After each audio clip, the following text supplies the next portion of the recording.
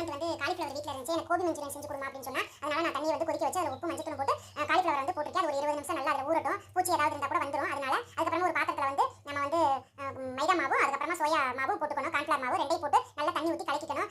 தண்ணியாகவும் இருக்கக்கூடாது, ரொம்ப கெட்டியாகவும் இருக்கக்கூடாது. ஒரு மீடியம் சைஸில் கலக்கிட்டு அதில் வந்து அந்த காலிஃப்ளவர் வடிகட்டி எடுத்து அதில் போட்டு பரட்டிட்டு அதுக்கப்புறமா நம்ம வந்து எண்ணெயில் போட்டு பொரிச்சு எடுத்துக்கலாம். இந்த மாதிரி செஞ்சால் கோபி மஞ்சூரியன் வந்து சூப்பராக இருக்கும். நம்ம சும்மா நார்மலாக வேக வச்சு எடுத்து போட்டோம்னா நல்லா இருக்காது. இந்த மாதிரி வந்து எண்ணெயில் பொரிச்சு எடுக்கணும். கார்ன்ஃப்ளவர் மாவும் அதுக்கப்புறமா மைதா மாவும் போட்டு இப்போ பொரிச்சு எடுத்துக்கிட்டு பெரிய வெங்காயம் கட் பண்ணி வச்சுக்கோங்க. பச்சை மிளகா கண்டிப்பாக சேர்த்தணும். ஆனால் என்கிட்ட பச்சை மிளகா இல்லை. அதனால வந்து நான் சோயா சாஸ், சில்லி சாஸ், அதுக்கப்புறம் டமாட்டா சாஸ் வச்சிருக்கேன். சில்லி சாஸ் வந்து கூட ஊற்றிக்கிறேன். ஏன்னா என்கிட்ட பச்சை மிளகா இல்லாதனால சில்லி சாஸ் கொஞ்சம் கூட ஊற்றினா தான் வந்து கொஞ்சம் காரம் நமக்கு வந்து தெரியும். இப்போ வந்து இதில் பொரிச்சு எல்லாத்தையும் எடுத்தாச்சு. எடுத்துக்கிட்டு ஒரு வடச்சட்டி வச்சு வடச்சட்டியில் வந்து சீரகமும் அதுக்கப்புறம் கொஞ்சம் சோம்பும் போட்டுக்கோங்க. ரெண்டு பொரிஞ்சோன்னா அந்த பெரிய வெங்காயத்தை போட்டு நல்லா வதக்கிங்க. அந்த பெரிய வெங்காயத்துக்கு கொஞ்சமாக வந்து உப்பு போட்டுக்கோங்க. அதுக்கப்புறம் இஞ்சி பூண்டு பேஸ்ட் போட்டுக்கோங்க.